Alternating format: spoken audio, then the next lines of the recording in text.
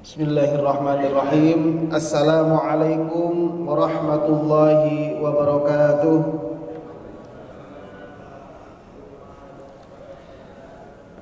Alhamdulillahi dzirridal marghub, ya'fu wa yasfahu wa yaghfiru dzunub, yumli wa yumhilu la'alal 'asiyatu. Nahmaduhu tabaraka wa ta'ala hamdan wal lidzatil 'aliyyatil mansub. Wa nas'aluhu salamah fima madha wa ma sawfa ya'ti min khutub. Wa ashhadu an la ilaha illallah dzul janabil marhum. Wa ashhadu anna sayyidana Muhammadan abduhu wa rasuluhu dzul maqamil mawhub. Allahumma salli wa sallim wa barik ala sayyidina Muhammad wa ala ali sayyidina Muhammad kama sallaita ala sayyidina Ibrahim wa ala ali sayyidina Ibrahim innaka Hamidum Majid.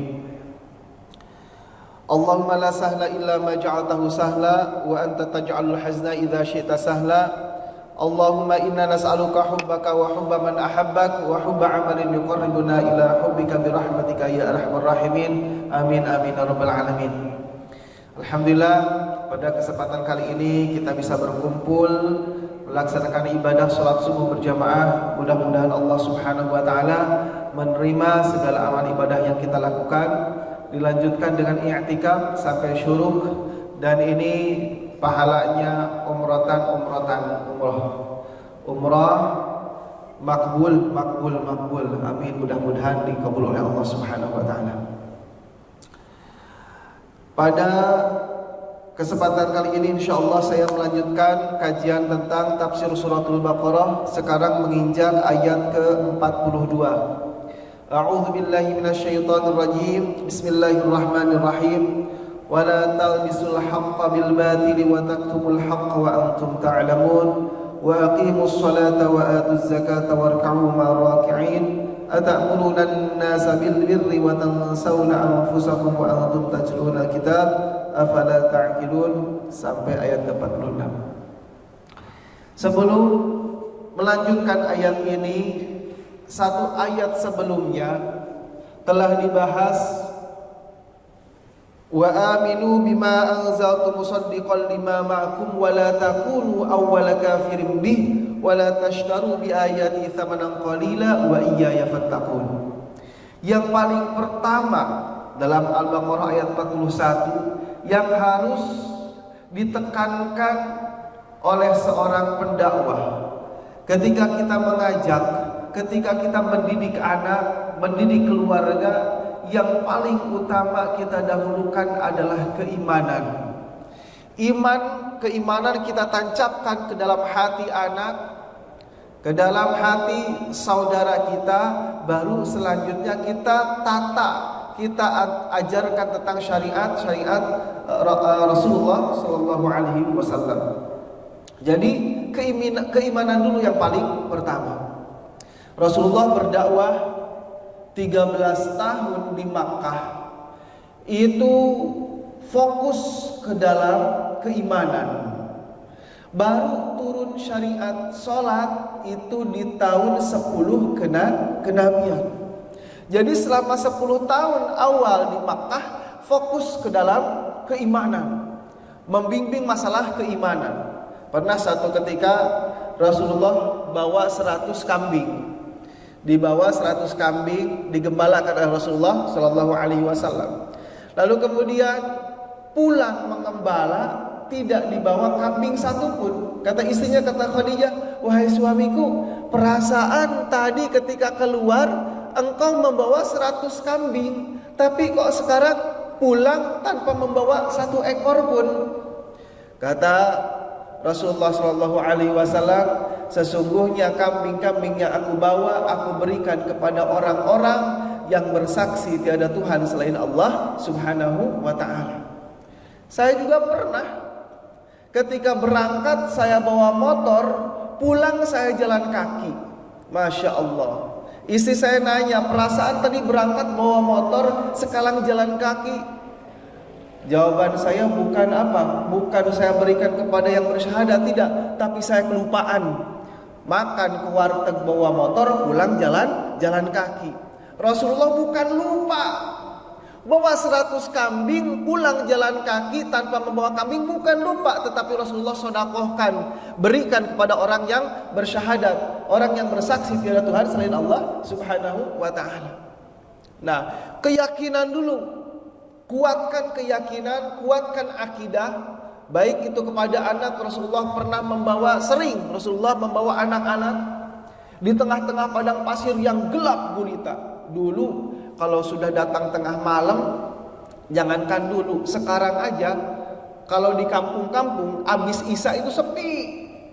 Saya bolak-balik Tasik Depok. Di Depok jam 11 malam, 12 malam masih rame. Tetapi kalau di kampung, di Tasik itu setelah Isya sepi, udah gak ada kehidupan lagi. Karena memang ketika sudah selesai Isya itu ketika ada yang berkeluyuran, dari segi adab kurang baik, lalu kemudian banyak bahayanya, banyak madaratnya, apalagi di bangsa Arab ketika itu. Tapi Rasulullah bawa anak-anak kecil latih tengah malam ke tengah-tengah padang pasir. Nah, seandainya engkau menjaga Allah, seandainya engkau banyak mengingat Allah Subhanahu wa ta'ala, tidak bermaksiat kepada Allah, menjaga Allah Subhanahu wa ta'ala, pasti Allah akan menjaga kalian, menjaga engkau wahai anak. Lalu kemudian dibawa ke tengah padang pasir. Lalu setelah di tengah padang pasir Rasulullah berlari. Awalnya anak itu ngejar Rasulullah karena takut. Ya Rasulullah mau kemana? Dikejarnya oleh anak tersebut. Lalu kemudian dipegang lagi oleh Rasulullah. Tenang, jangan takut. Ketika engkau ingat Allah, zikir kepada Allah, engkau menjaga syariat Allah, engkau tidak maksiat kepada Allah, Allah akan menjaga kalian. Ditinggal lagi oleh Rasulullah SAW. Terus dilatih sampai akhirnya anak-anak kuat mentalnya, pemberani. Bahkan ketika Rasulullah mengajak jihad, yang datang itu bukan para pemuda saja, anak-anak kecil sudah datang kepada Rasulullah Shallallahu Alaihi Wasallam. Ya Rasulullah, saya ingin jihad fisabilillah. Entar dulu nak, kamu masih belum cukup waktunya, belum datang waktunya. Entar tahun depannya datang lagi orang tersebut, anak tersebut. Ya Rasulullah, saya ingin ikut berjihad. Jangan dulu nak, engkau belum saatnya. Akhirnya dia nggak kehabisan akal. Di tahun berikutnya dia bawa apa? Bawa temannya yang tinggi-tinggi, lalu kemudian dia di tengah, diapit sambil jinjit. Ya Rasulullah, saya sudah besar ya Rasulullah, saya ingin jihad fisabilillah. Allahu Akbar. Karena apa? Keimanannya kuat. Jangankan diperintahkan sholat, diperintahkan jihad pun mereka siap. Karena apa? Keimanannya sudah kuat. Begitu juga dalam surat Al-Baqarah. Sebelum kita melanjutkan ayat berikutnya, satu ayat sebelumnya, wa aminu bima anzaltu, dan berimanlah kepada apa yang telah aku turunkan, kata Allah Subhanahu wa ta'ala. Yakin dulu bahwa Rasulullah itu adalah hak, Rasulullah itu adalah utusan dari Allah Subhanahu wa ta'ala, yang memang benar-benar utusan Allah Subhanahu wa ta'ala.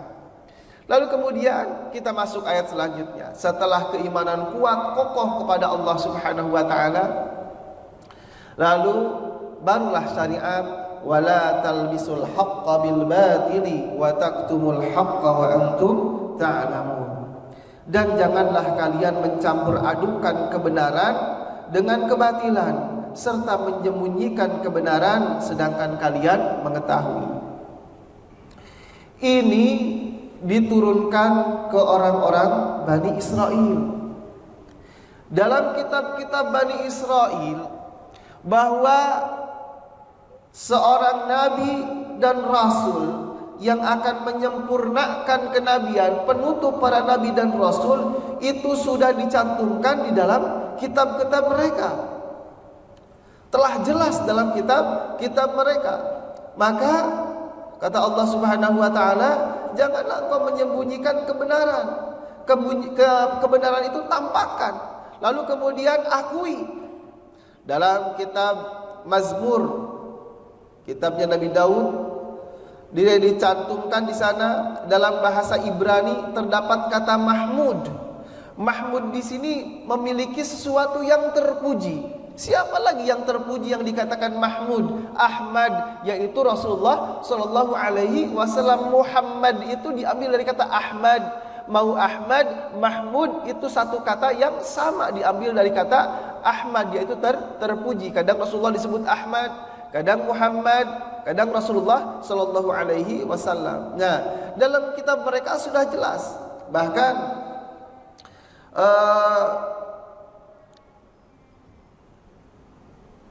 Bahkan Rasulullah Shallallahu Alaihi Wasallam dilahirkan bukan dari keturunan Bani Israel, tetapi dari saudara Bani Israel, yaitu keturunan Nabi Ismail. Itu sudah tercantum dalam kitab mereka, jelas. Bahkan bukan hanya itu, sahabat ketika Abu Bakar As-Siddiq radhiyallahu anhu, ketika Rasulullah diberikan diberikan kenabian, Rasulullah sedang berkhalwat di mana? Di Gua Hiro. Jadi di umur ke-38 sampai ke-40 tahun itu Rasulullah itu bawaannya pengen menyendiri saja, pengen dekat saja dengan Sang Pencipta. Lalu kemudian naik ke Gua Hiro, melihat sekitarnya. Ya Rabb, begitu gelisah Rasulullah SAW melihat sekitarnya penuh dengan kemaksiatan, penuh dengan menyembah berhala. Gelisah Rasulullah SAW. Jadi di umur ke-38 sampai ke umur 40 itu dorongannya sangat kuat. Rasulullah SAW ingin menyendiri, ingin bertahanus, berzikir, lalu kemudian mengingat-ingat keagungan Allah Subhanahu wa taala, dan merasa gerah, merasa gelisah ketika di lingkungan orang-orang yang menduakan Allah Subhanahu wa taala, sehingga bertahanus di Gua Hiro. Lalu kemudian turunlah wahyu dari Allah Subhanahu wa taala. Ketika Rasulullah mengumumkan kenabian Rasulullah sallallahu alaihi wasallam, itu sahabat Abu Bakar As-Siddiq itu tidak sedang di Mekah, tetapi lagi berdagang di Syam. Ketika berdagang di Syam. Lalu kemudian ketika berdagang di Syam, sebelum mau kembali ke Mekah, tiba-tiba Abu Bakar As-Siddiq itu bermimpi bahwa dia didatangi sebuah cahaya. Ketika didatangi cahaya, lalu kemudian ini apa maknanya ya? Lalu ditanyalah di Syam itu di daerah Irak, Palestina, daerah sana Syam. Lalu kemudian kata Abu Bakar As-Siddiq ke seorang rahib, seorang ulamanya di zaman tersebut, ditanyakan, wahai rahib, wahai pendeta yang masih lurus, belum membelokkan, mencampur adukan kebenaran dengan kebatilan, aku bermimpi bahwa aku datangi cahaya.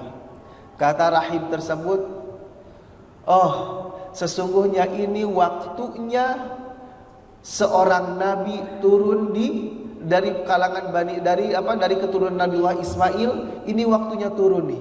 Engkau diberikan cahaya, tiba-tiba engkau bermimpi datangnya cahaya. Dari kitabku terlihat bahwa engkau adalah seseorang yang akan menemani nabi tersebut. Engkau adalah sahabat dekat dari nabi tersebut. Lalu kemudian masih bingung itu Abu Bakar. Nabi, ada seorang nabi lagi di Makkah. Pulanglah Abu Bakar As-Siddiq dari Syam ke Makkah. Ketika pulang ke Makkah, ramailah di karangan para ahlul Makkah, penduduk Makkah, karena Abu Bakar ini sahabatnya Rasulullah sallallahu alaihi wasallam. Bahwa Muhammad sahabatmu, wahai Abu Bakar, dia mengaku bahwa dirinya adalah seorang nabi. Ketika mendengar tersebut, dia teringat perkataannya rahib ketika di Syam. Didatangilah Rasulullah sallallahu alaihi wasallam. Ya Muhammad, benarkah engkau mengatakan bahwa engkau adalah seorang nabi dan rasul? Kata Muhammad sallallahu alaihi wasallam, kata Rasulullah, ya, saya diberikan wahyu dan diangkat menjadi seorang nabi. Maka Abu Bakar As-Siddiq tanpa berpikir panjang, dia bersaksi, asyhadu an la ilaha illallah wa asyhadu annaka Muhammadar Rasulullah. Aku bersaksi tiada Tuhan selain Allah, dan aku bersaksi bahwasanya engkau adalah utusan Allah Subhanahu wa taala. Nah, ini ada latar belakangnya kenapa Abu Bakar As-Siddiq begitu cepat menerima keislamannya. Kenapa? Ketika di Syam dia pernah bermimpi, ditanyakan kepada pendeta, jelas dalam kitab mereka bahwa Abu Bakar ini memiliki ciri-ciri tanda-tanda yang akan menemani Rasulullah Shallallahu Alaihi Wasallam. Maka jelas kata Allah Subhanahu Wa Taala, wala talbisul haqqo bil batili wa taktumul haqqo wa antum ta'lamun. Hei Bani Israel, engkau ini tahu dengan sejelas-jelasnya bahwa yang aku turunkan, yang aku utus itu Rasulullah Shallallahu Alaihi Wasallam, keturunan dari Nabiullah Ismail, itu telah jelas. Jangan disembunyikan, jangan dicampur adukan, padahal engkau mengetahui bahwa Muhammad itu adalah hak. Nah, ini adalah ditujukan kepada orang-orang Bani Israel. Jangankan Rasulullah, Umar bin Khattab radhiyallahu anhu ketika akan membuka Baitul Maqdis di Palestina, itu Umar bin Khattab itu dengan dengan pengawalnya, bukan pengawal kalau sekarang tuh istilah kasarnya tuh pembantu lah yang menemaninya, yang suka memegang kudanya Umar bin Khattab radhiyallahu anhu. Ketika diperintahkan naik, kata Umar, udahlah kamu aja yang naik, saya yang pegang kuda tersebut.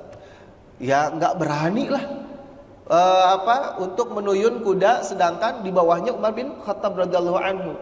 Lalu kata orang tersebut, kata budak tersebut, jangan wahai Umar bin Khattab, jangan wahai Amirul Mukminin, aku di bawah saja, engkau yang di atas. Umar bin Khattab, nggak usah, ya udah biar adil begini saja, gantian saja.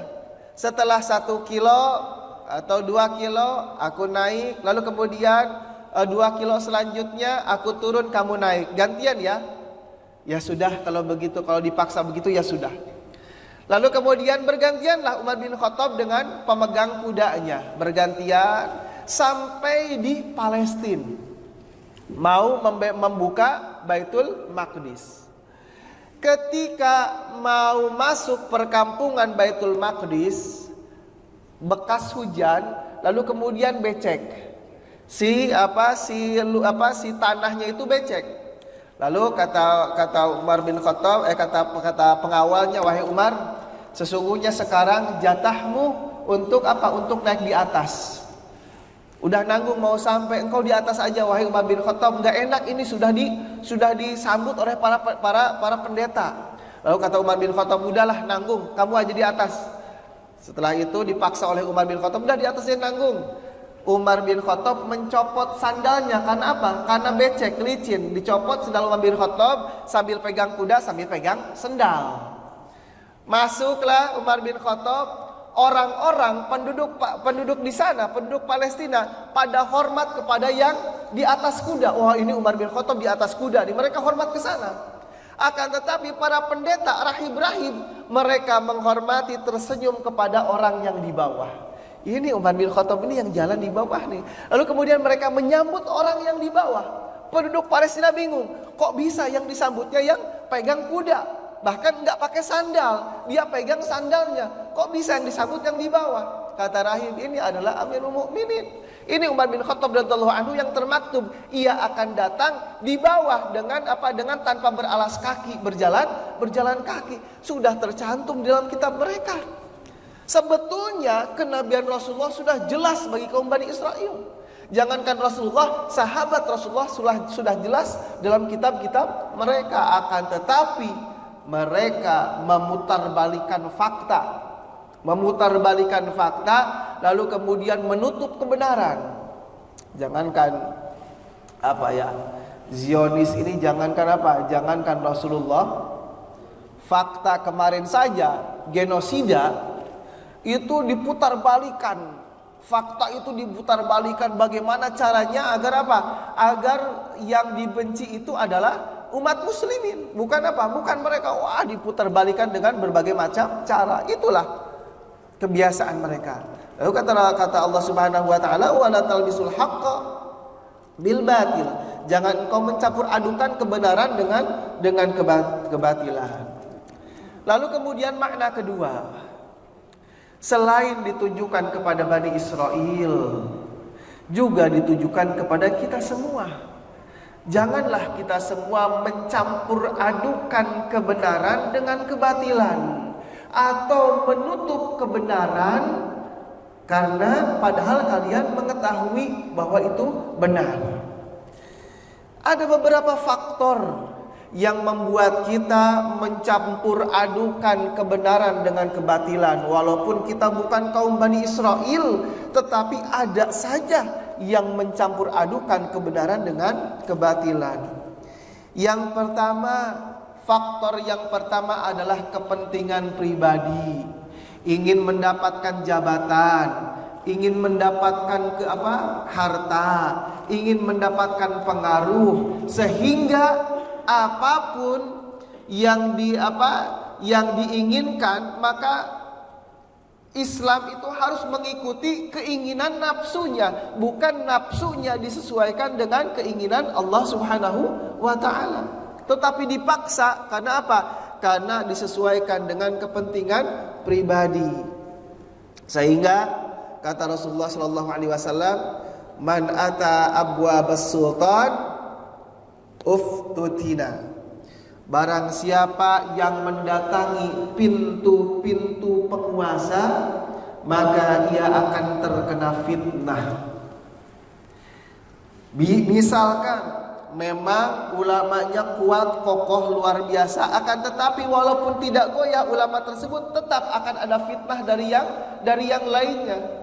Atau ini fitnah sesungguhnya, sekuat apapun ketika dekat dengan penguasa, maka akan menjadi goyah, akan menjadi pengganggu atas apa? Atas fatwa-fatwanya, atas perkataan-perkataan nasihat-nasihatnya. Sehingga kata Rasulullah SAW, "Man ata abwabas sultan uftutina." Barang siapa yang mendatangi pintu-pintu penguasa, maka awas, hati-hati, akan terkena fitnah.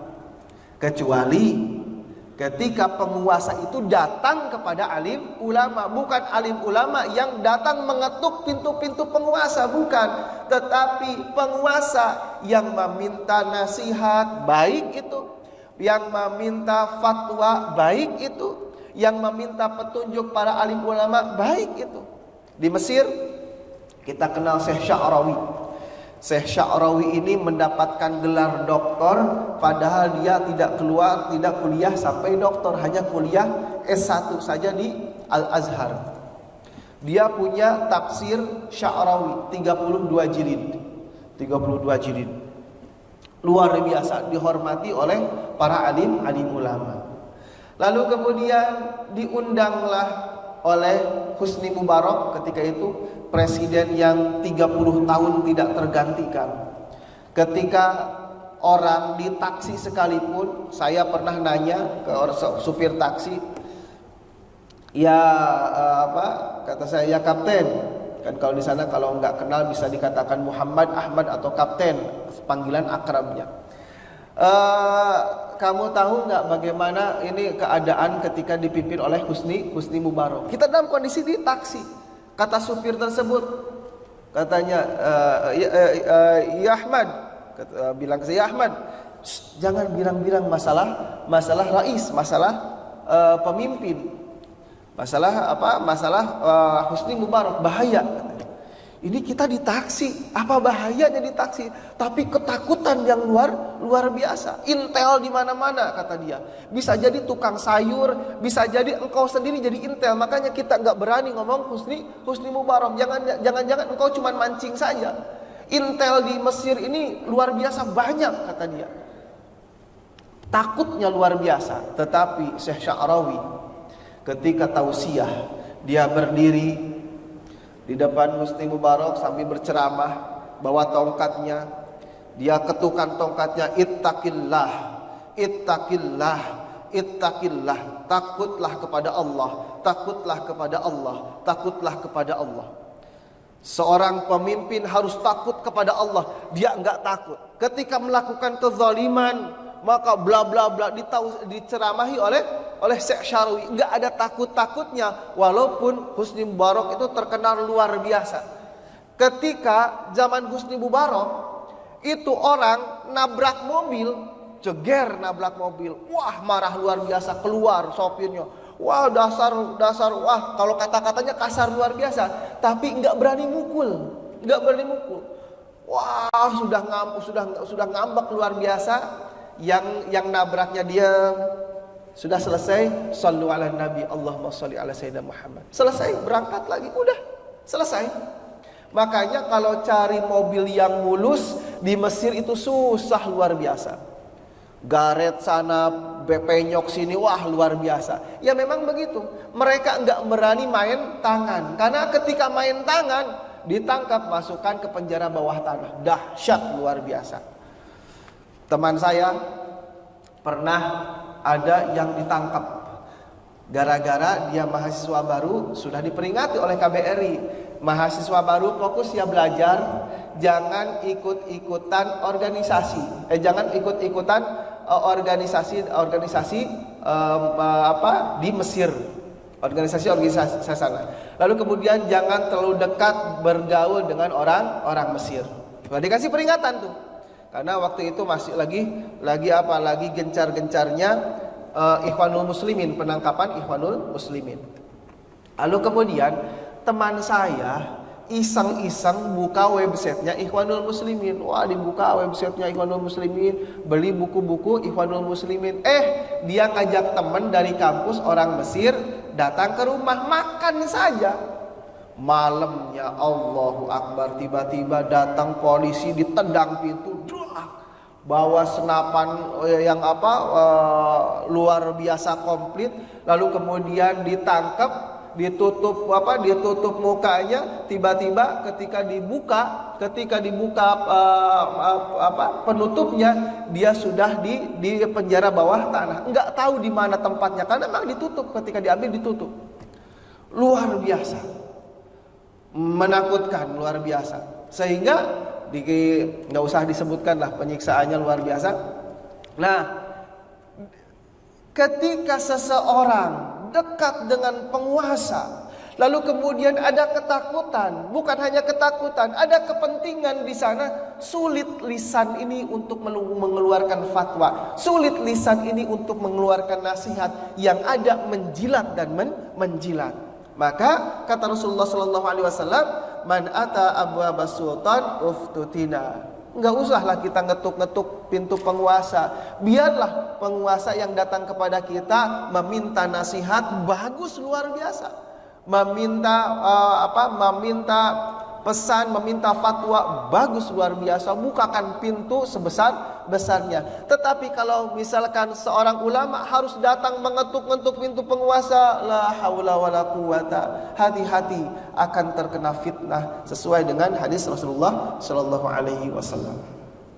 Lalu kemudian yang kedua, faktor kedua, walaupun kita bukan Bani Israel, wala talbisul haqq, kita juga bisa memiliki potensi untuk memutarbalikan kebenaran dengan kebatilan atau menyembunyikan kebenaran. Di antaranya yang kedua ada faktor pengetahuan.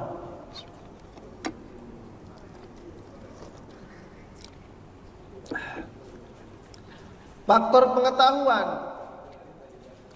Gara-gara mungkin orang tuanya ustadz, orang tuanya alim ulama, sehingga anaknya langsung otomatis jadi alim ulama. Ketika dipinta fatwa bingung dia. Karena bingung, kalau tidak mengeluarkan fatwa, enggak enak, saya sudah dikatakan ustadz. Kalau tidak tahu tentang masalah hukum, enggak enak, saya anak seorang kiai, sehingga dia berfatwa sembarangan. Oh ini boleh, oh ini tidak boleh, oh ini haram, oh ini tidak haram. Padahal dia tidak memiliki ilmunya. Ini tafsirannya begini, yang ini dalam fikihnya begini. Padahal dia tidak memiliki ilmunya. Ini karena kebodohan, sesuai karena kebodohan tersebut bisa jadi kita memutarbalikan yang batil menjadi hak, yang hak menjadi batil. Jadi yang menjadi objek dalam ayat ini bukan hanya Bani Israel. Yang pertama, orang yang ada keinginan, orang yang apa? Orang yang memiliki kepentingan pribadi, nafsunya ingin memiliki dunia, memiliki hartanya, kedudukannya. Yang kedua, karena kurangnya ilmu. Dalam Al-Qur'an dikatakan, wa idza qila lahum ittabi'u ma anzalallahu qalu bal nattabi'u ma alfaina 'alaihi aba'ana. Jadi ketika berkata udahlah ikut apa yang diperintahkan oleh Allah dan Rasulnya. Enggak, orang tua saya aja dulu begini tanpa tahu dalilnya. Jadi dia hanya mengikuti kebiasaan orang tuanya tanpa mengetahui dalil-dalil yang diturunkan Allah dalam Al-Quran ataupun hadis Rasulullah Sallallahu Alaihi Wasallam atau perkataan dari para alim ulama. Dia hanya apa? Hanya ikut-ikutan saja. Lalu faktor yang ketiga adalah karena ada tekanan sosial. Tekanan sosial dan lingkungan ini juga bisa mengubah kebenaran dengan kebatilan. Karena di sini mayoritas pendapatnya ini, walaupun kebanyakan dari pendapat tersebut tidak ada dalilnya, ikut-ikutan saja. Karena apa? Ikutin perkataan mayoritas. Jangan. Sesuai dengan apa? Sesuai dengan ikuti saja dengan perkataan alim ulama. Lalu kemudian dari faktor media sosial berseliweran di mana-mana. Sekarang kita tidak tahu mana berita yang benar, mana sesuatu yang hak dan mana sesuatu yang batil. Udah susah sekarang membedakan mana hak dan mana yang batil. Nyari guru aja udah susah. Mana guru yang benar-benar berilmu dan mana guru yang memang belum memiliki keilmuan yang mapan. Susah luar biasa.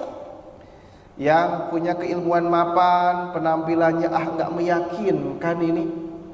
Lalu kemudian yang keilmuannya baru menanjak, tapi sudah terlihat seperti seorang ilmuwan yang mapan, sehingga tidak bisa dibedakan mana orang-orang yang alim dan orang-orang yang menuju alim, yang harusnya menjadi tetap thalabul ilmi, dan mana yang orang yang mengajarkan itu bingung mencarinya. Karena apa? Yang sudah akhir zaman, sudah sulit membedakan mana yang baik dan mana yang buruk. Maka banyak-banyaklah berdoa, Allahumma arinal haqqa haqqa warzuqna ittiba'ah wa arinal batila batila warzuqna ijtinabah. Ya Allah, tunjukkan kepadaku yang hak adalah hak, dan rizkikan kepadaku untuk mengikutinya, dan juga beritahu kepadaku yang batil adalah batil, dan berikan rizki kepadaku untuk menjauhinya. Banyak-banyak berdoa karena kita akhir zaman. Bahkan ketika seorang ulama memberikan fatwa dalam masalah fikihnya atau dalam masalah lainnya, itu di dalam Al-Quran itu ada ayatun muhkamat wa ayatun mutasyabihat. Ayat-ayat yang tidak boleh berbeda pandangan, semuanya harus sama. Contoh masalah akidah tidak ada yang boleh berbeda. Allah itu satu, ahad, utusan Allah Rasulullah SAW, udah tidak bisa diganggu gugat. Ada juga ayat-ayat yang memang Allah sediakan sarana untuk berbeda pendapat. Masalah quru misalkan, masalah quru wanita, ada yang mengatakan iddahnya wanita itu quru di situ bermakna adalah bulan. Salah tata quru berarti 3 bulan. Ada juga yang mengatakan salah tata quru itu artinya adalah 3 kali suci. Nah, itu sebagai alim ulama kita sampaikan pendapat-pendapat yang itu sebagai pendapat para alim ulama. Lalu kemudian sampaikan, sedangkan aku mengambil pendapat yang ini. Silahkan kalau para mustami mau mengambil pendapat yang lainnya. Dalam masalah yang lainnya ada beberapa pendapat, sampaikan pendapat A, B, C, D, sampaikan. Lalu kemudian kalau mau memperlihatkan biar mustaminya tidak bingung, kalau saya mengambil pendapat yang B, silahkan. Mustami mau mengambil pendapat A atau ikut dengan saya, silahkan. Tapi sampaikan perkataan para alim ulama. Jangan sampai tidak dibedakan mana hukum, mana sikap pribadi. Nah, jadi jangan kita menyampaikan hukum sesuai dengan sikap pribadi, tetapi sampaikan perkataan para alim ulama. Ada yang mengatakan A, B, C, D, saya memilih B, silahkan. Para mustami mau memilih yang mana, tetapi saya memilih yang B. Nah, jadi ada pembedaan antara perkataan ulama dengan sikap pribadi. Jangan memaksakan orang harus mengikuti hukum yang diambil oleh sikap pribadi. Jadi sampaikan perkataan alim ulama. Karena memang Al-Quran diturunkan, ada yang memang tidak boleh ada perdebatan, ada yang memang Allah simpan ayat-ayat tertentu agar orang-orang berpikir, mikir. Jadi tidak sama orang yang awam dengan orang ahlul ilmu. Coba kalau Al-Quran semuanya sepakat, tidak ada perbedaan pendapat, maka orang yang baru belajar dengan orang yang mesantren, belajar dan selanjutnya itu nggak ada bedanya. Ketika baca Al-Quran pemahamannya sama semua, apa bedanya? Tetapi ketika kita baca Al-Quran, orang yang baru mendalami Al-Quran dengan orang yang sudah mengkaji tafsirnya, mengkaji fikihnya, banyak pandangannya. Yang A yang baru belajar misalkan pandangannya itu hanya A saja. Tapi yang sudah mengetahui ilmunya, saya memiliki pendapat banyak. Menurut para alim ulama ada A, B, C, D. Misalkan bersentuhan kulit laki-laki dan perempuan itu membatalkan wudu. Tapi ketika tawaf di Makkah mengambil pendapat Imam Abu Hanifah, boleh, nggak ada masalah karena dalam kondisi darurat. Nah, jadi elastis karena tahu ilmunya. Tapi kalau tidak tahu ilmunya, waduh, luar biasa susah. Ada saya saudara memang gigih dalam beribadahnya luar biasa. Ketika perjalanan saya biasa mengambil rukhsah, mengambil kemudahan. Saya jamak dan qashar. Lalu kemudian saudara saya orang masih bisa berhenti lalu ikut jamaah, lalu ikut sholat berjamaah, tidak usah dijamak dan qashar. Kenapa harus dijamak dan qashar? Enak banget gini. Karena saya pun memang iya silahkan, kalau tidak dijamak nggak ada apa-apa. Saya mengambil mazhab yang mensunnahkan untuk mengambil rukhsah, karena itu adalah kebaikan dari Allah Subhanahu wa taala, tawaran dari Allah Subhanahu wa taala. Kalau menurut pendapat saya, kalau tidak diterima kayaknya kurang etis lah begitu. Itu pendapat saya. Tetapi ada juga yang berpendapat kalau misalkan mudah untuk melakukan sholat, nggak dijamak dan qashar pun nggak ada masalah. Nah, yang jadi masalah ketika dia tidak suka menjamak sholat, itu menyalahkan orang yang menjamak sholat. Kita masih mampu, kenapa kau menjamak sholat? Padahal kan kau belajar di Kairo, belajar di Al-Azhar. Kenapa enak-enak banget menjamak sholat padahal bisa berhenti di mana.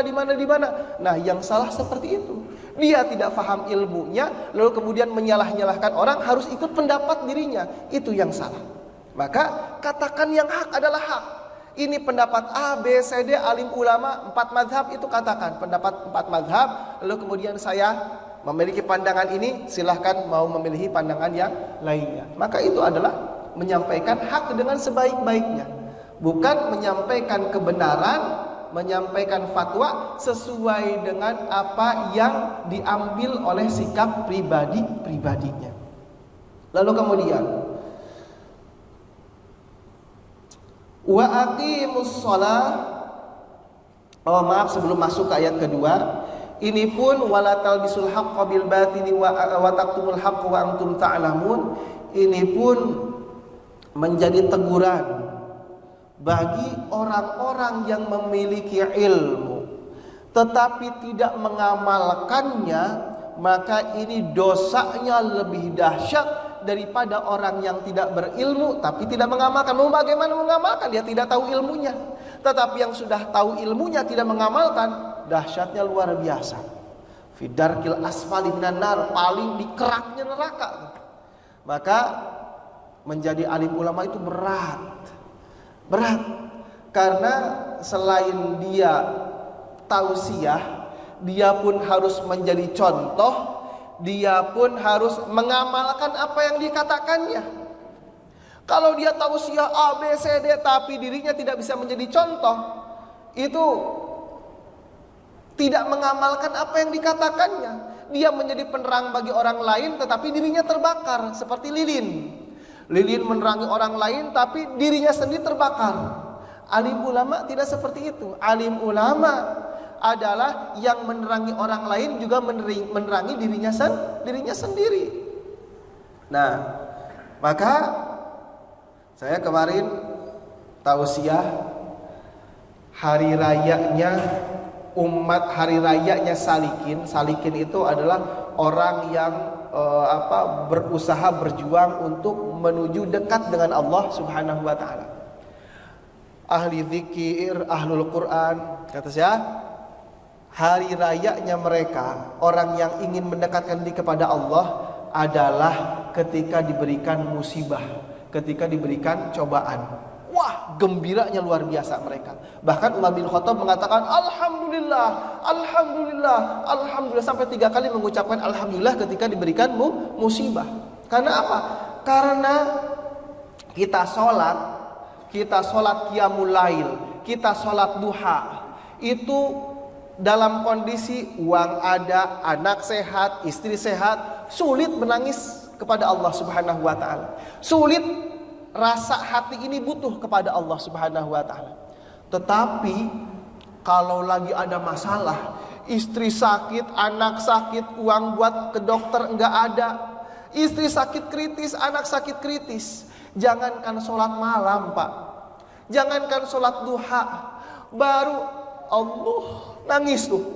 Wah, nangis luar biasa. Lalu kemudian ketika berdoa nangis lagi, ketika zikir nangis lagi, ketika baca Al-Quran nangis lagi. Nangisnya karena apa? Karena ya Allah, aku tidak bisa meminta pertolongan kepada selainmu ya Allah. Pertolongan yang sudah tertutup. Saudara gak mau minjemin uang, tetangga gak mau minjemin uang, anak dan istri kritis. Kepada siapa lagi? Kepada selain kepadamu ya Rabb, nangis tuh. Merendahkan diri serendah-rendahnya kepada Allah dengan musibah. Tetapi dengan sholat, anak sehat, istri sehat, harta ada, ketika qiyamul lail, kita nangis enggak? Boro-boro yang ada selfie.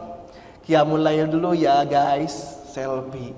Boro-boro menangis butuh kepada Allah, yang ada membanggakan dirinya sendiri. Datang umroh selfie lagi, enggak menyalahkan orang yang ini, mungkin yang itu dakwah. Tetapi orang yang memang hatinya sombong, datang umroh untuk mengecilkan dirinya di hadapan Allah, malah membesarkan hatinya di depan pandangan manusia. Maka buah dari ibadah itu harusnya rasa takut. Tetapi dari ibadah banyak yang membuahkan bukan rasa takut kepada Allah, tetapi rasa besar di hadapan yang lainnya, di hadapan manusia, merasa paling soleh, merasa paling alim, merasa paling dekat dengan Allah Subhanahu wa ta'ala. Bukan hanya itu, bahkan menuntut Allah Subhanahu wa ta'ala, ya Allah, saya sudah ibadah, sudah sholat duha, sudah qiyamul lail, tapi doa-doa yang kemarin kok belum diijabah ya Allah. Wah, nuntut Allah Subhanahu wa ta'ala. Nah, harusnya dengan ibadah itu mengecilkan diri, merasa takut kepada Allah. Tetapi banyak dengan ibadah itu malah jumawa. Karena apa? Karena ya harta masih ada, diri kita sehat, istri sehat. Apa yang harus kita minta? Merasa enggak butuh. Tetapi dengan musibah, jangankan qiyamul lail, baru menengadahkan tangan saja sudah menangis. Maka orang-orang salikin, ketika orang-orang yang mendekatkan diri kepada Allah, ketika diberikan musibah, syukurnya luar biasa. Mereka jadikan hari raya ketika diberikan musibah. Wah, saya benar-benar semangat ketika menyampaikan hari rayanya salikin. Pulang tausiah, pulang ke Tasik. HP saya hilang. HP hilang, data-data di sana, video-video tausiah di sana belum diupload. Lemes luar biasa, ya Allah. Itu HP buat tausiah, buat ngezoom, hilang padahal cuma 3 menit kelupaan, ya Allah, lemes. Astagfirullah, baru aja semalam saya mengatakan hari rayanya umat mukmin yang salikin, yang benar-benar mengejar keriduan Allah itu ketika mendapatkan musibah. Kok saya baru hilang HP saja lemes. Astagfirullah, istighfar, astagfirullah, astagfirullah, astagfirullah. Lalu saya setel video saya lagi tausiah biar hati tenang. Ya Allah, ini ustaz siapa sih enak banget ketika ngomong bla bla bla hari raya, belum kena aja nih musibah. Ketika kena musibah sama aja lemes. Memang berat luar biasa. Mengamalkan apa yang disampaikan itu berat luar biasa. Sehingga bagi penceramah, jangan mengklaim orang itu dengan apa? Dengan kita ustadz harus begini, harus begitu, harus begini, harus begitu. Enggak. Tetapi apa? Kita ketika menasihati orang itu niatkan untuk menasihati diri sendiri.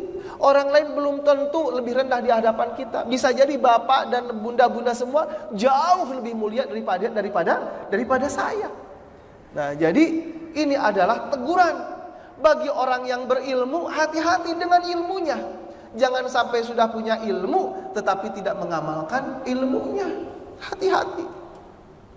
Sekarang kan banyak, nggak usah dibahas. Masalah ya penceramah yang ya udahlah nggak usah dibahas. Nah, selanjutnya wa aqimus shalah wa atuz zakah warka'u ma'ar raki'in. Dan dirikanlah salat, tunaikanlah zakat dan ruku'lah bersama orang-orang yang ruku'. Wa aqimus shalah. Dirikanlah salat. Dirikanlah salat setelah beriman kepada Allah, urutannya setelah beriman kepada Allah. Yang kedua, sampaikan yang benar adalah benar, yang batil adalah batil. Setelah keimanan kuat, keberanian mengatakan hak adalah hak sudah kuat, baru lanjutkan dengan syariat, yaitu menjalankan iqamis shalah, wa aqimus shalah, wa atuz zakah. Nah, akan tetapi di sini ada permasalahan. Allah memerintahkan wa aqimus shalah, memerintahkan salat ketika Isra dan Mi'raj di 10 kenabian Rasulullah sallallahu alaihi wasallam. Itu belum ada petunjuk bagaimana rukun salat, syarah sah salat, itu belum turun, belum Allah ajarkan, tetapi Allah telah memerintahkan salat. Maka di sini adalah hikmahnya ketika Allah memerintahkan sesuatu yang memang sesuatu tersebut masih dalam kondisi umum. Contohnya perintah salat. Ayo salat. Bagaimana salatnya? Sudah salat yang syariat terdahulu lakukan tanpa ada ruku dan sujud. Sudah lakukan syariat yang telah lalu, setelah lakukan, karena syariat yang baru belum datang. Lalu kemudian hikmah yang kedua, ini sebelum Allah menurunkan syariat-syariat lainnya, rukun salatnya, lalu kemudian syarat sah salatnya, Allah telah memberikan peringatan agar bisa bersiap-siap terlebih dahulu. Contoh seperti kita ke seorang budak, misalkan ke seorang pekerja, misalkan fulan, besok aku akan memerintahkanmu sesuatu ya, akan mau nyuruh sesuatu ya. Lalu kemudian dan kamu harus turut ya, harus ikut melaksanakannya ya. Oh, siap. Nah, padahal belum dijelaskan apa yang harus diikutinya. tetapi diperintahkan oleh ajudannya, oleh majikannya, besok saya mau minta tolong sesuatu ya, kamu harus ikutin ya, harus cepat ya, ngelaksanainya. Oh siap. Nah, ini dalam rangka memberikan warning, persiapan akan ada sebuah syariat, maka persiapkan diri kalian.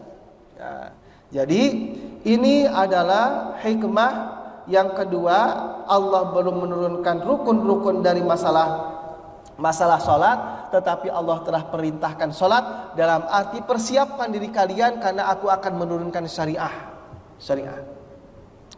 Ya ayyuhal muzammil qumil laila illa qalila nisfahu aw yanqus minhu qalila aw zid alaihi warattilil qur'ana tartila inna sanulqi alaika qawlan thaqila. Ya ayyuhal muzammil, wahai orang yang berselimut, qumil laila illa qalila, dirikanlah salat di tengah malam, nisfahu di pertengahannya, atau lebih sedikit atau kurang sedikit, karena aku akan menurunkan syariat yang akan memberatkan, yang bisa jadi memberatkan bagi dirimu untuk menyampaikan kepada kaum. Nah, ketika akan menurunkan syariat yang berat, Allah telah memerintahkan Rasulullah untuk mendirikan qiyamul lail agar bersiap-siap, karena Allah akan menurunkan syariat. Sanulqi alaika qaulan tsaqila, sesungguhnya akan aku turunkan kepadamu perkataan yang berat, yaitu wahyu dari Allah Subhanahu wa taala. Nah, jadi agar memberikan kesiapan terlebih dahulu. Dan hikmah yang kedua adalah sholat ini ketika Allah turunkan syariat sebagai peringan yang meringankan kita untuk melaksanakan syariat-syariat selanjutnya. Harusnya selesai sholat itu lebih ringan beramal soleh.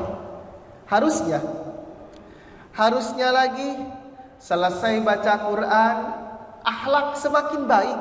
Harusnya setelah sedekah, hati semakin lembut. Harusnya. Karena ibadah itu yang diinginkan oleh Allah adalah ibadah yang merangsang, yang memotivasi, yang menarik ibadah-ibadah selanjutnya mudah dilakukan. Qiyamul lail, Allah akan menurunkan perkataan yang berat, syariat yang berat. Maka dirikanlah sholat, karena dengan ibadah sholat akan mudah menerima syariat Allah Subhanahu wa ta'ala. Tapi kita sering begitu atau tidak? Selesai sholat semakin terangsang untuk beramal baik, atau malah kita capek tidur, capek sudah melakukan sholat. Setelah buka puasa tidur, capek sudah berpuasa. Allahu Akbar, tarawih, udah capek puasa seharian, udah istirahat aja lah, capek. Udah qiyamul lail, setelah qiyamul lail tidur, subuh kesiangan, nggak apa-apa, capek abis qiyamul lail, subuhnya ditinggalkan. Salah kaprah. Harusnya dengan ibadah itu memancing kebaikan-kebaikan selanjutnya. Lalu kemudian Pak diminta kedatangannya ke saudara, ke teman kita semuanya karena lagi sakit. Udahlah, saya udah sedekah ke pesantren sekian juta, udah cukup kayaknya amal ibadah saya. Allahu Akbar. Harusnya dengan ibadah sedekah memancing ibadah-ibadah yang lainnya semakin mudah lagi. Karena wa aqimus shalah wa atuz zakah, ketika akan menurunkan syariat zakat, itu sholat dulu, perbaiki sholat. Karena zakat itu mengeluarkan harta berat luar biasa. Harta kita kumpulkan, banting tulang luar biasa. Kepala jadi kaki, kaki jadi kepala, siang jadi malam, malam jadi siang, mencari harta. Tiba-tiba Allah memerintahkan mengeluarkan harta berat. Bagaimana agar ringan? Aqimus shalah dulu, benerin sholat dulu. Kalau kita susah sedekah, kita susah berbuat baik, kita susah lembut ke istri, istri susah lembut ke suami, Suami, istri susah lembut kepada anak, perbaiki sholat terlebih dahulu. Sholat ini adalah fondasinya. Ketika sholatnya baik, amal-amalan ibadah yang lain insya Allah baik kalau sholatnya benar. Tapi kalau sholatnya asal-asalan, yang penting selesai, itu nggak ngerubah. Pulang sholat ngambil sendal orang, pulang sholat ngambil kotak amal. Nah, itu sholatnya yang nggak benar. Jangan disalahkan. Kok ada yang sholat tapi apa? Tapi ngambil kotak amal, tapi ngambil sendal orang lain. Jangan disalahkan syariatnya, salahkan orangnya yang melakukan sholatnya nggak benar. Padahal sholat itu adalah pengabdian yang sesungguhnya kepada Allah Subhanahu wa ta'ala. Kepala yang kita agung-agungkan itu diketanahkan. Pinggul kita itu di atas. Itu pengabdian yang sebenar-benarnya pengabdian kita itu kecil sekecil-kecilnya di hadapan Allah Subhanahu wa ta'ala. Mana mungkin setelah selesai sholat malah kita semakin jumawa. Itu tetangga gak ikut sholat, wah kayaknya ahli neraka nih, bukan orang soleh, gak usah dideketin. Bagaimana ceritanya pulang sholat malah membanggakan dirinya. Harusnya semakin kecil, semakin tertutup mata ini untuk melihat keburukan saudaranya, keburukan tetangganya, yang ada fokus kepada keburukan pribadinya. Nah, itu buah dari ibadah yang sesungguhnya. Sebelum dilanjutkan, udah mau jam 6. Barangkali ada yang mau ditanyakan, silahkan. Ya, silahkan.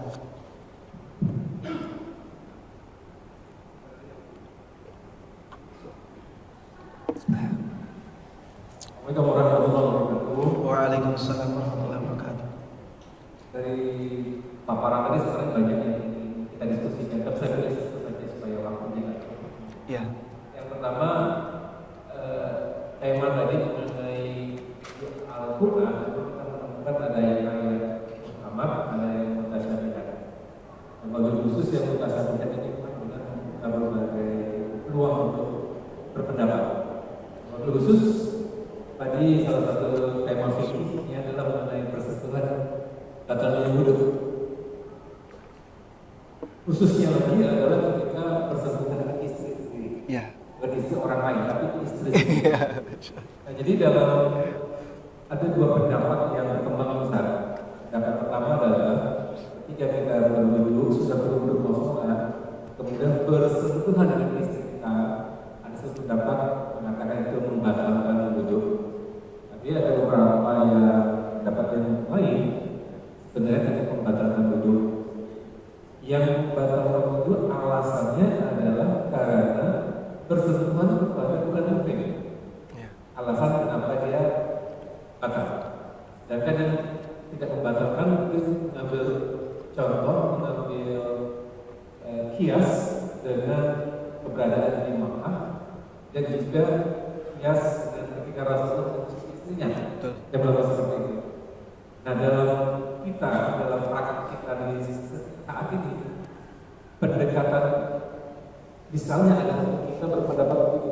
Saya berkeyakinan ketika saya menyentuh istri saya yakin karena saya tidak punya rasa hasrat apapun kecuali menyentuhnya saja. Kecuali sentuhan itu ada di diri dengan sebab hasrat dan sebagainya, dan itu maksudnya apa kalau itu? Betul. Nah, saya akan dapat Ustaz Ya.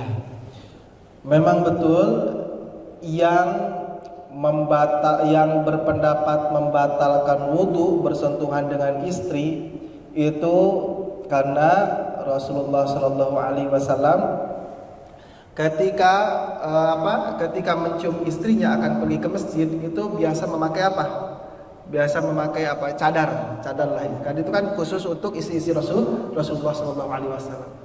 Tapi kata para alim ulama, siapa yang menjamin setiap Rasulullah itu ketika mencium istrinya memakai cadar? Karena di rumah kan biasanya kadang pakai cadar, kadang enggak. Tetapi Rasulullah setiap mau pergi keluar itu pergi ke masjid mencium istrinya. Maka di sini tidak ada yang bisa meyakinkan bahwa Rasulullah selalu mencium istri dalam kondisi bercadar. Sehingga kata para alim ulama, bisa jadi Rasulullah SAW mencium istrinya dalam kondisi tidak bercadar karena posisinya lagi di rumah. Nah, ini kan nggak ada yang mengetahui bagaimana posisi sesungguhnya. Lalu kemudian Rasulullah pun tidak mengatakan bahwa ketika bersentuhan membatalkan wudhu. Tidak ada hukum yang langsung ditekankan oleh Rasulullah SAW. Maka berbedalah pendapat para alim ulama. Nah, itu jadi untuk yang ketika tawaf itu Imam Abu Hanifah mengambil dari kondisi darurah. Kondisi darurah karena tidak bisa kalau kita menjaga agar tidak bersentuhan. Lalu kemudian kalau misalkan setiap bersentuhan itu batal nggak selesai. Ketika masuk mau tawaf batal, kesentuh lagi batal, wudu lagi nggak selesai. Sehingga Imam Abu Hanifah mengatakan kecuali dalam kondisi darurah. Nah, khusus untuk suami dan istri silakan. Kalau misalkan berkeyakinan istri Rasulullah ketika di rumahnya, ketika dicium oleh Rasulullah itu pasti kayaknya dalam kondisi bercadar untuk mengambil kehati-hatian, udah membatalkan, nggak ada masalah. Tetapi kalau misalkan mana mungkin sih istri Rasulullah di rumah aja pakai cadar, pasti dibuka cadar orang yang di rumahnya aja hanya istri dan Rasulullah Shallallahu Alaihi Wasallam. Sudah pasti ketika diciumnya dalam kondisi tidak bercadar, ada bersentuhan bibir Rasulullah dengan pipi dengan istri Rasulullah Shallallahu Alaihi Wasallam. Gitu silahkan mengambil pendapat yang membatalkan silahkan, yang tidak membatalkan juga silahkan. Karena ketika berfatwa ini para alim ulama itu udah ada syarat fatwanya, udah ada syarat-syarat untuk mengeluarkan fatwa. Begitu juga dengan tafsir. Ulama ada yang mengeluarkan tafsir Ibnu Katsir, terus kemudian tafsir Ar-Razi, ada juga tafsir Al-Kasyaf, ada juga tafsir berbagai macam tafsir. Itu karena sudah memiliki syaratnya. Apa syarat dari mengeluarkan fatwa, syarat dari mengeluarkan tafsir? Yang pertama syaratnya adalah hafal Quran. Yang kedua memahami ulumul Quran. Lalu kemudian memahami asbabun nuzul. Lalu kemudian memahami syair jahiliyah dahulu, karena agar bisa membedakan ketika ada penafsiran yang syair jahili dengan penafsiran dari hadis Rasulullah Shallallahu Alaihi Wasallam, itu bisa membedakan syair jahili. Lalu kemudian bisa bahasa Arab, kemudian mengetahui sastra Arab, ada bayan, badi, ma'ani, terus kemudian dalam grammarnya sorof, nahunya, ulumul hadis, ilal rijalul hadis, perawi hadis, ada 15 syarat.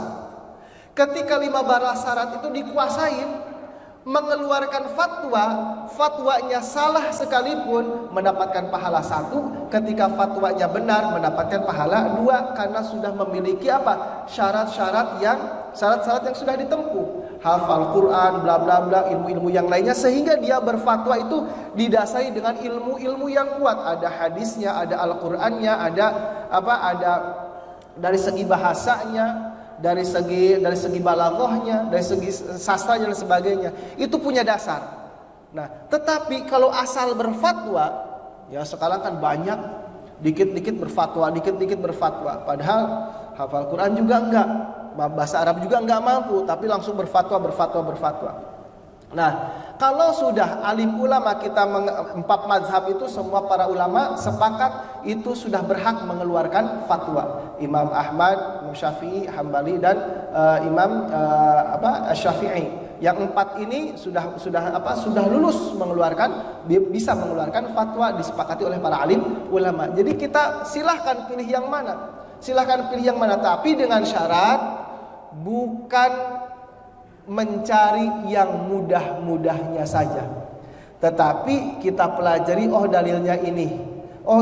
Ini nih lebih berat, lebih condong kita mengambil pendapat ini karena apa? Karena sesuai dalilnya begini. Kita ambil yang sesuai dengan diri kita, bukan karena nafsu, tetapi memang sesuai dalilnya dengan apa?